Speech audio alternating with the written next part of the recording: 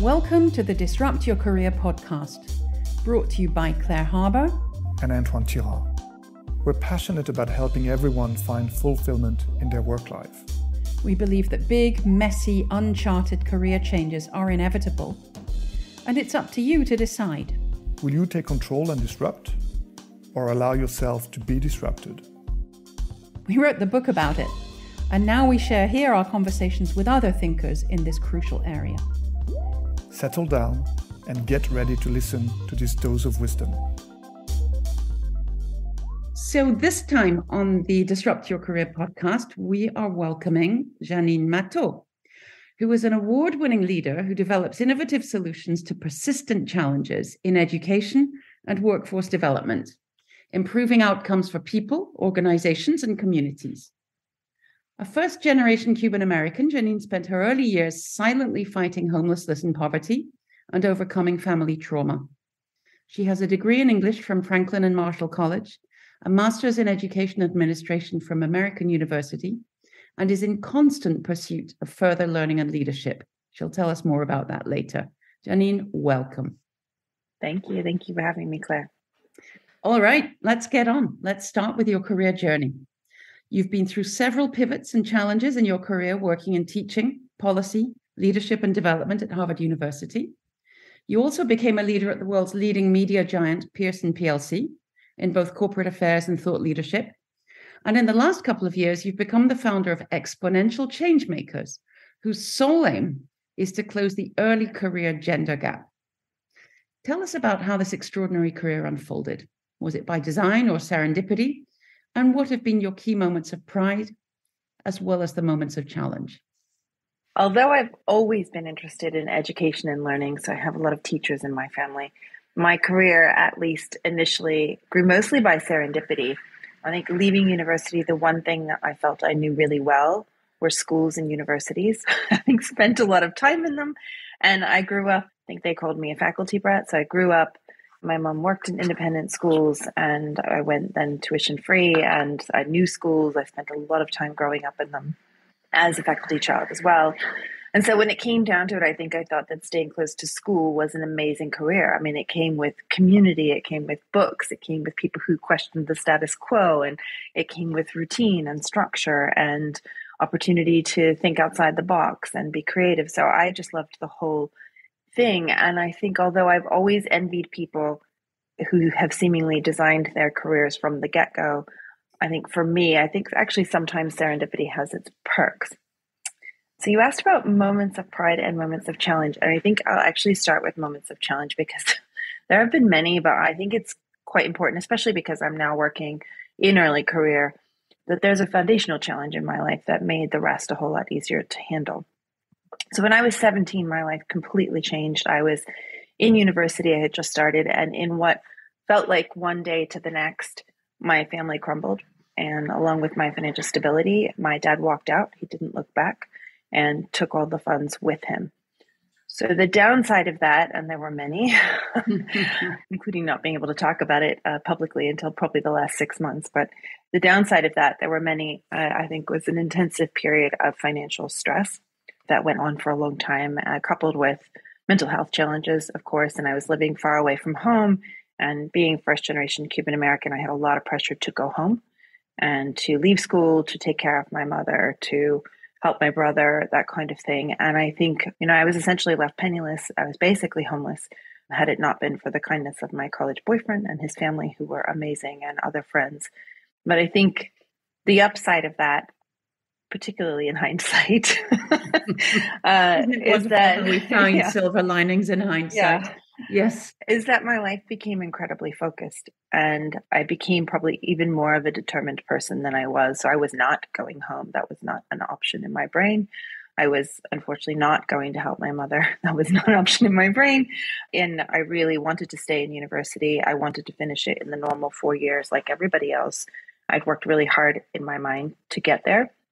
And I was pretty confident that at some point I could land a job afterwards that would kind of get me back on my own 2 feet. So I did dig my heels in, and I think in that moment, like anything like about thinking about a career or thinking about hobbies or fun things or anything like that really went out the window. I didn't have time. So I worked 50 hours a week just to eat, to pay my way. And I studied. I kept my grades up most of the time. I had a few friends. I went out sometimes, not often. And I guess you could say I survived pretty well given everything.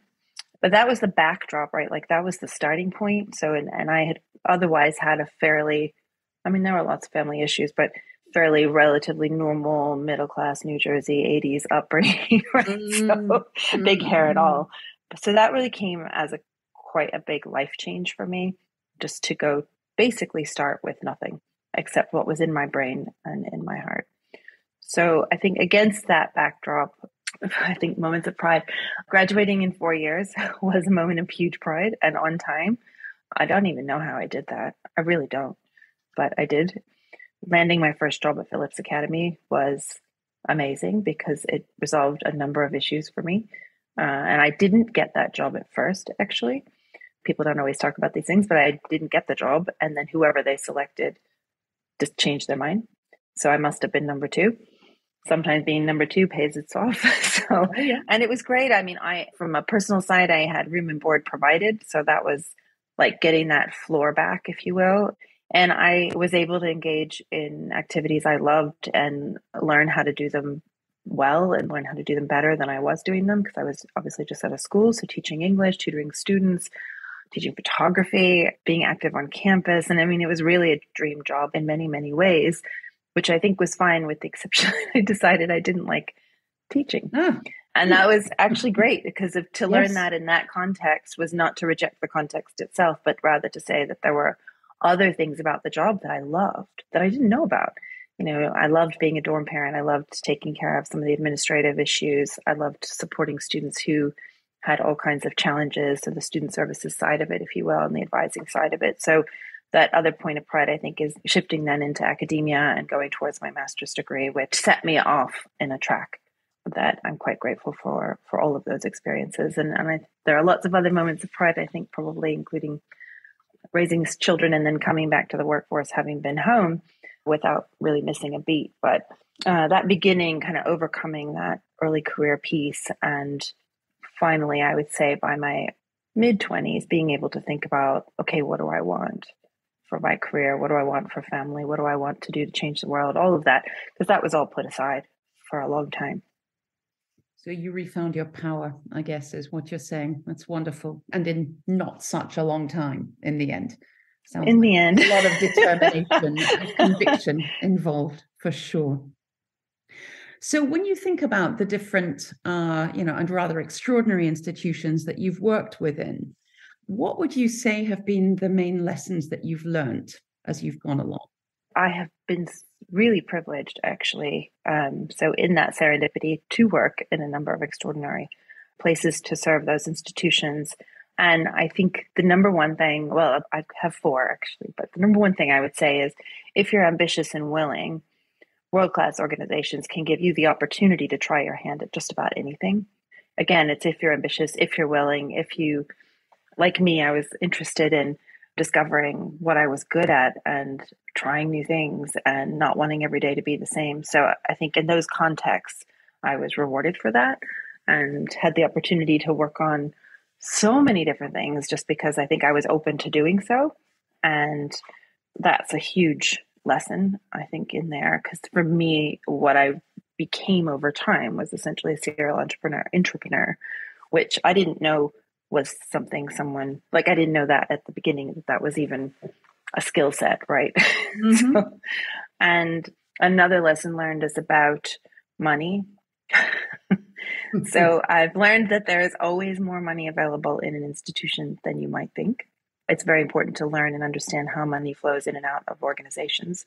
And that kind of falls into the next lesson learned, which is, I think it's very important to situate yourself at least once in a place where you're kind of at the center of something, where you can have the big picture. So I didn't know until I had my first role, but one of my first roles in higher education was assistant to the dean.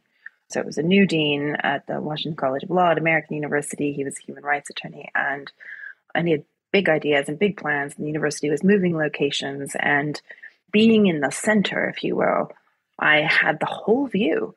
It was phenomenal, and being very, very young at the time and being ambitious and willing, I was able to try new things and learn new things. And so I think for me, I actually do really well when I sit in the center, but I do think it's valuable in the course of a career to situate yourself at least one time where you sit in a part of an organization where you can see the cards all the way across and understand the challenges being faced, understand the unique opportunities, understand how people connect to one another or work connects to one another.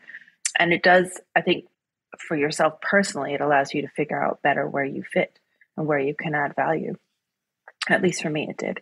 I think for me, I learned very early on that I was good at helping to bridge silos and close gaps. And the reason I could see the silos is because I could see across. You're up in the helicopter looking down and around at it. And that gives exactly. That sort of perspective. And I guess the last is take leaps when they present themselves. So I learned that opportunities in organizations like that come when you don't necessarily expect them, or sometimes you think something is coming and it doesn't happen. So if you get to a point where you can and have designed your life in a sense where you kind of you understand who you are and you understand what goals you want to achieve and you have a sense of what your ambitions and the opportunities you're looking for are, then take the leaps when they present themselves, because they can just open up incredible new paths. And for me, that included moving abroad, which was something I always wanted to do and vocalized in the context of Pearson and ultimately happened. And it's been a massively wonderful experience. Wonderful. And of course, that openness to the leaps when they come is going to be fostered by working on your agility all the time in your career. Hence, Absolutely. The connection with all the different roles you've played. And as you say, new roles. Absolutely. Agility is key. Absolutely. So let's talk a little bit about the more recent transition you've made from being a corporate employee. It wasn't, of course, just corporate. It was educational institution employee. I'm not sure they're all corporations, but anyway, this idea of shifting from an organized, salaried sort of role to that of becoming a consultant and a founder. It's a massive disruption. We all know that. That's, what we and our audience are most interested in. But boy, it's difficult. Why don't you talk to us about the challenge of that particular transition? It's really hard to talk about, actually. I mean, there are words that come to mind, right? So exciting, challenging, rewarding, scary, unexpected, but then also expected. So where should we dive in?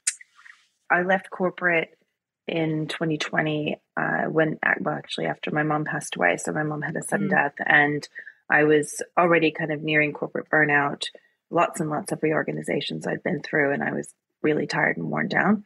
I don't think I realized how worn down I was at the time until something happened, like my mom's passing. And so those things combined, and I thought, okay, well, I need to take some time to process, to figure out next steps, to get well. And that was sort of around the time of the pandemic in 2020, obviously. So the rest of the world was also taking time. So that was coincidentally. We all had our different reasons. Yes. We all had different reasons. And I think, for me, it was just first was taking time to pause, right? Like I'd actually never taken a career break. What's that? I thought. I'd read books about career breaks. They seemed like great things. I did. I took a career break. I worked on my own mental health and well-being. I reconnected with my children who, with the pandemic, had more time to spend. Adult children had more time to spend with me. I deliberately took some time away from my field. So away from the education sector, took time to try not to think about learning, not read in my sector for a little while.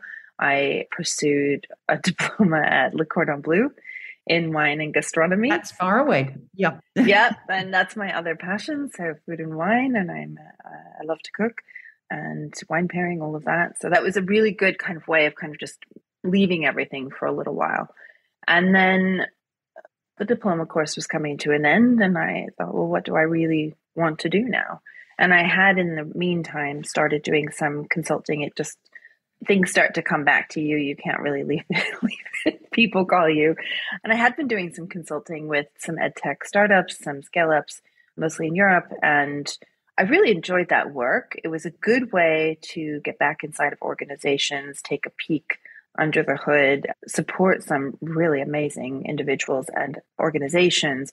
But I knew that I ultimately probably wasn't going to be a consultant for very long, in the sense that one of the things that was challenging was being on the outside. Right. So the pros and the cons were the same, but being on the outside was hard because I could see so many things that I would, you can help with one part of it, but you can see the other problem over on the other side. So that was rewarding in its own way, but also I knew it was sort of limited in the sense of I'd still probably take on some clients here and there, but not my full-time thing. So while the pandemic was sort of slowly coming to an end, and it was, I guess, spring of 2021, my daughter was preparing for graduation, and I was working with a career coach, and she was not coming out of university. And she was asking herself questions about her forward path. And I was asking myself my questions about my path. I had this really interesting time to observe actually her. And I started to notice, and I know we're going to talk about my organization later, but it really plays right into it because I started to notice I have 3 children within the first 5-6 years of their careers. And I started to notice some changes in career progression, noticing the way that the world of work was reacting to my daughter, if you will, or engaging with her or not engaging with her. And she's super smart, top of the class, summa cum laude, very clear about what she wanted to do in the world in terms of working with climate. And I just started to notice this, you probably would have had to been paying this close of attention to notice, right? These little changes and progression. And so I started to talk with her, and I started to talk with her friends. I asked her if I could, and then I asked some other friends if I could speak with their daughters and then with their friends. And it ended up becoming a bit of a market research project, actually, to what is now Exponential Changemakers. I didn't know it at the time. But I think for me, realizing that what I was observing wasn't just in my household and realizing actually there's a whole body of data that's behind it motivated me. And I found a problem that resonated with me that I cared about deeply. And so I became a founder. But I'm sure that other people maybe take a more deliberate path. This was a serendipitous one. We believe that there's a cycle on which you are always situated somewhere. And that probably the most interesting and big and undefined part of that is the exploration phase. Some people go into it proactively, what am I going to do? And they get their strategy and it's all in a spreadsheet. Some people feel their way into it intuitively, like you did. There's no right way to do it. I guess the only thing that we would argue is that you should always be somewhere on it, whether you're exploring, whether you're experimenting, whether you're engaging in the new activity, or whether you're, evolving on from that. It sounds to me as though you found a cause, a reason, a mission, and you went for it. And you're going to tell us more about it at some point soon.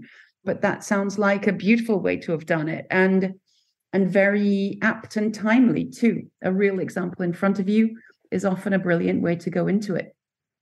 So let's flip things around a little bit and just talk about, these poor early career professionals on whom the situation is constantly changing, and in particular ways that you've identified. Having had such a varied career yourself, having had this period in which you've been able to do direct market research and really find out what's going on for them, what advice do you have for early career professionals who are looking to start out? It probably boils down to 2 things. And the first is build a life that you don't need to escape from. And that is about really taking time in the very, very beginning of your career to get to know yourself. The world's a really noisy place, and this generation does know that. It's very noisy, and I think it's best to develop a way to listen to yourself, to consistently check in with yourself. And that can be in a form of mindfulness, but it can also be in the form of a framework, which I'll get to in one sec. But I think, by really knowing yourself, you are then better equipped to build a life and a career that fits your unique self. And I think then that helps you to build a life that you don't need to escape from over time, if you will. So avoiding burnout, avoiding some of the other things that I would say other generations have gone through. And at Exponential Changemakers, we actually created a framework for this, which is we call it Your Career Starts With You.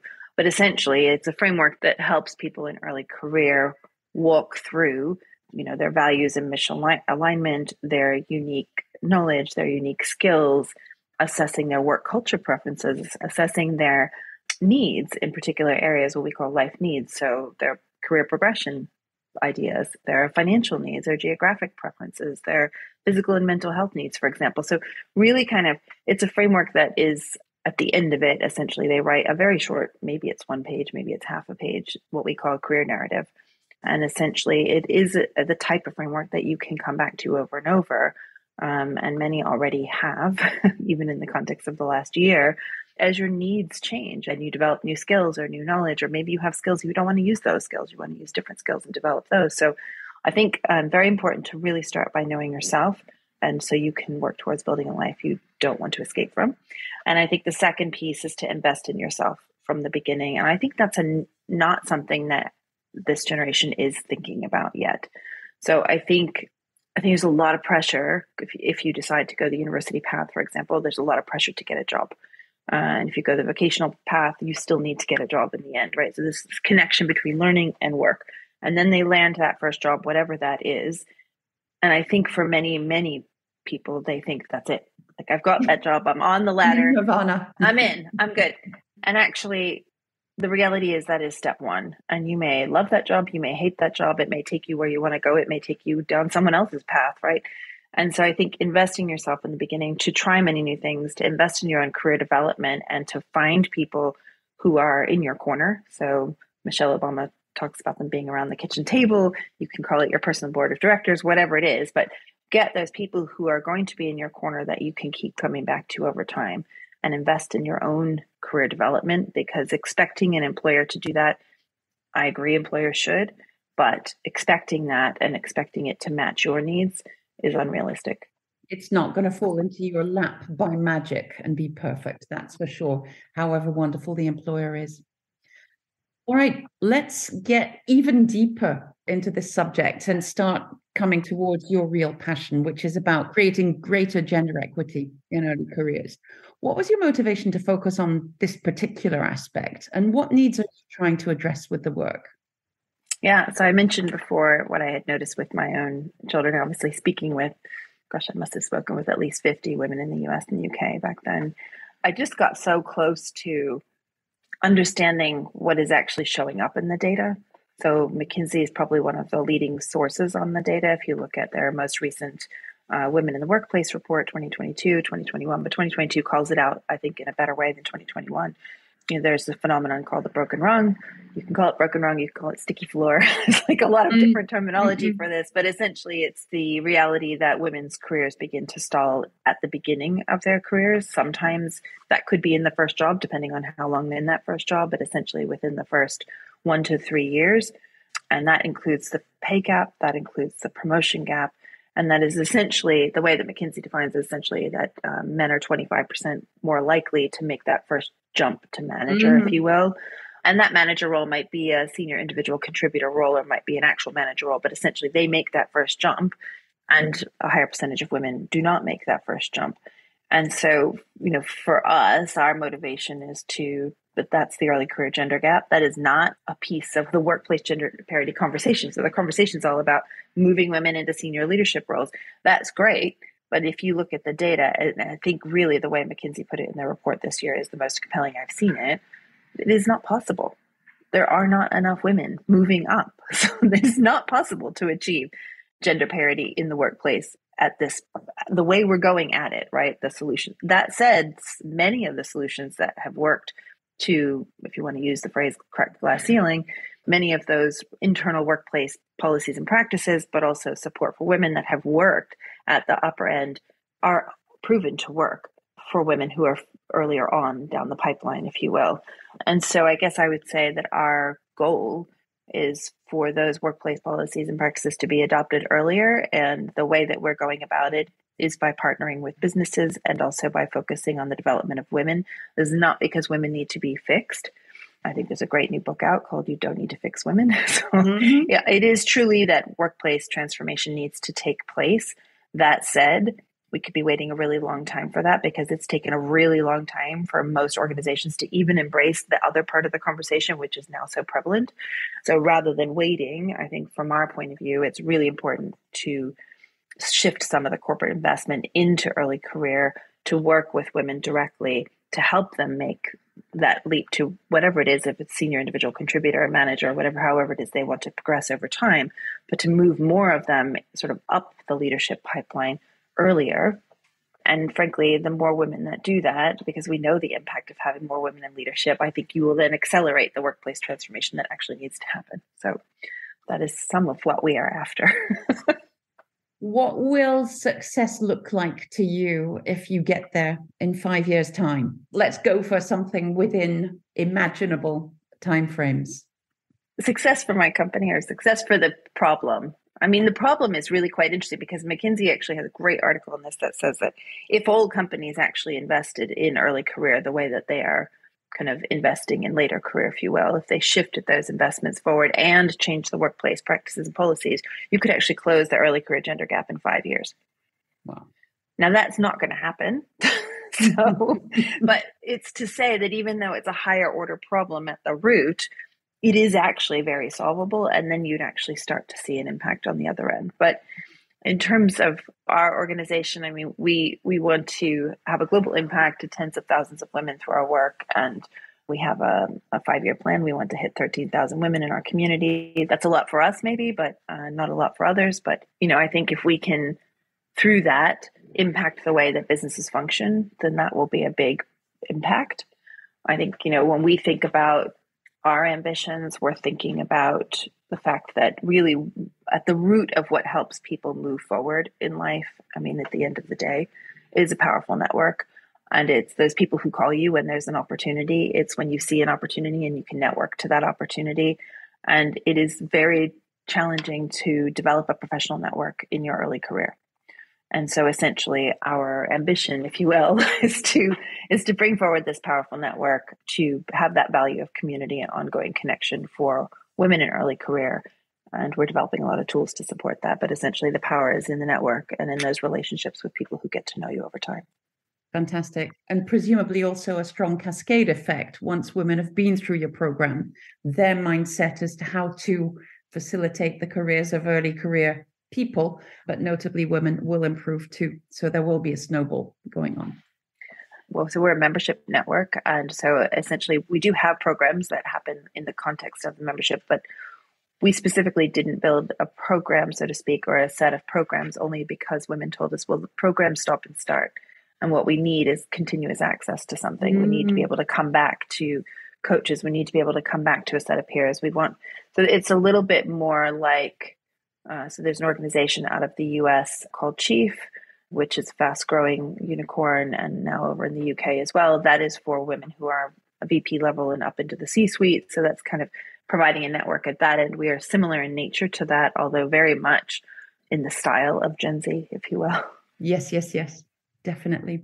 Now, talking of Gen Z, we have this question that we usually ask about 18-year-old selves, but I'm going to deliberately shift the number in your case to 16.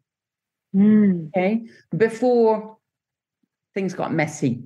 So what advice would you want to give to your 16-year-old self if you could go back to speak with her?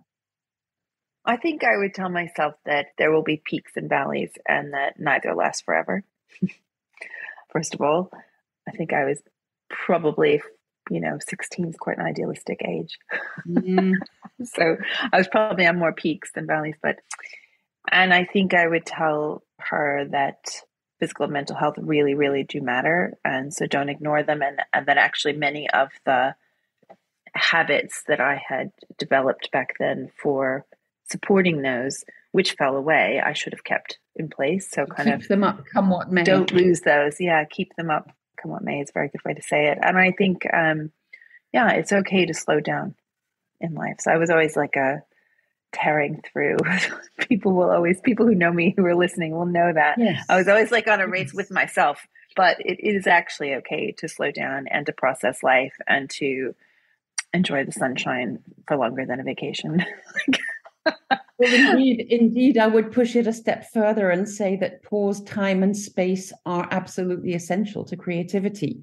It's no coincidence that you decided to create a new business, having taken a pause, having taken a break. Exactly. There wasn't time in all that frenzy day to day to be thinking about that or the possibility. So there you go. Exactly. And I think also that power of creativity comes vis-a-vis some of those prior, what I said before about the practices and the hobbies, the things that you do to support your physical and mental well-being. So I was a dancer growing up, for example, and dancing is a great way to get back in touch with your body and to kind of trigger creativity, actually, and movement, right? It's so positive, but you can lose things like that sometimes in the normal course of transition to adulthood. So I think keeping those is quite important. Yes, indeed. That's a really interesting observation. Let's give you a magic wand. If you could change one thing and only one thing today about the world of work, what would it be? I wish that the workplace would fully accommodate the diversity that is humankind, that it was really fully accessible, truly accessible, and that it truly provided equal opportunity to all.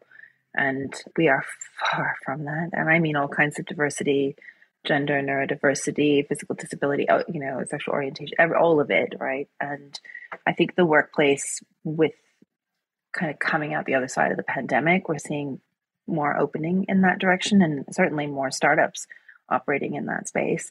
But we are far from that. And I think that would be wonderful. It's very idealistic. Yeah, it's idealistic, but it's absolutely crucial. And we recently wrote an article about first generation graduates and how difficult they tend to find getting into their careers. So, that's one of the more invisible types of diversity, isn't it? And that's one of the challenges. I think a lot of leaders, especially, dare I say it, male leaders, think, oh, I've ticked the box. We're diverse. We've got a couple of women in the group, so we're all good, right? That is so far from A, complying really with the spirit of the law, and B, much more importantly, valuing properly what real broad diversity can bring in terms of making the world and organizations a better place. If organizations need a reason, then let's go to who their consumers are, right? If you're B2C or even if you're B2B, let's go to your consumers. And the more diversity that you have represented within the context of your own organization and involved in product development, involved in the coding, involved in AI, involved in all those elements, sales, you name it, whatever part of the organization, the better you'll understand your customer, the better you'll serve your customer. So true. Now, as you've been talking to organizations in building your business, and even as you've observed them earlier, who would you say are, some of the great examples of companies doing particularly well in terms of diversity, whether it's gender or otherwise? As I'm talking to organizations right now, I won't name, but a number of organizations are reevaluating and reengineering, and they are thinking about democratizing access to career development, to coaching, to leader development, to skill development. And I think they're doing so because of many factors: the Great Resignation, the context of future work, the skills that they need people to acquire, the pace at which they need them to acquire those skills, retention, recruitment, you name it, right? There are now a lot of reasons why they need to do that. So it's really rewarding to see and to hear that when I'm having some conversations, so I don't have to try to convince people, if you will. I mean, I'll name one company maybe, because I'm super, super impressed with it right now. But I knew I would be beforehand, but is EY. Really impressed with, I have much more of an inside view on the career support they provide, especially in early career. And I'm sure it's still a tough business as you work your way up the ladder, so to speak. But the way that they support their graduates in the UK, they call them the graduate scheme, or their early career entry-level roles in the US is phenomenal, through career coaches and kind of equity and putting together promotion packages. So kind of all of those things that someone like me, for example, would want to see in terms of not just support for learning and development, but the pay and promotion policies, very advanced. Wonderful. And that's what's heartening in your mentioning that particular organization is that we know from some of the work that we've done that they have a particularly enlightened diversity admissions policy as well. So whether they're going and getting former athletes or, any other particular more invisible talent pool or whatever, that's clearly now, you're saying, being followed through in a very coherent and proactive way. That's wonderful. So if we shift to the future, what are your most exciting projects coming up for 2023? we're all starting the year without a pandemic. So it feels like 2022, we were sort of still coming out of it. So no, I'm not in control, but at the moment, right? So there are a few projects, but I think I'll mention one. Through Exponential Changemakers, we are developing it's taking the form of a podcast to start with. So here we are. But really, we think of it more as a movement. So it's called She is Z. And it is essentially a movement, beginning with a podcast, to raise the visibility of the voices of women who are Gen Z women across the globe, starting with folks who are within the context of our membership, actually, and then quickly branching out from there. But we are very, there's no such thing as a stereotypical Gen Z women, although the media would have you believe there is. And we are very interested in bringing out the perspectives of this generation, in particular because the classes of 2020, 2021, for example, I think there is so much left to unpack about the impact of the pandemic on these generations in terms of their exposure to career, the impact on mental health and studies, for example. So essentially for us, it's about raising voice, giving visibility, giving a platform to women in early career. And we have been doing our interviews. They are incredible stories, just incredible stories from women across the globe. And we can't wait to release that in 2023 as a podcast, and then to see what other creative mediums we will engage with. Wow, that's exciting. Well, we'll make sure that when we publish this, that there will be a link to that podcast. Thank you. Our audience can be your audience and vice versa. Wonderful. That sounds great. Thank you. Janine, we're pretty much coming up to the end of our time together. It's been an absolute pleasure having you on board today and bringing all these beautiful and ambitious ideas about the way we can change the world. I have no doubt you will.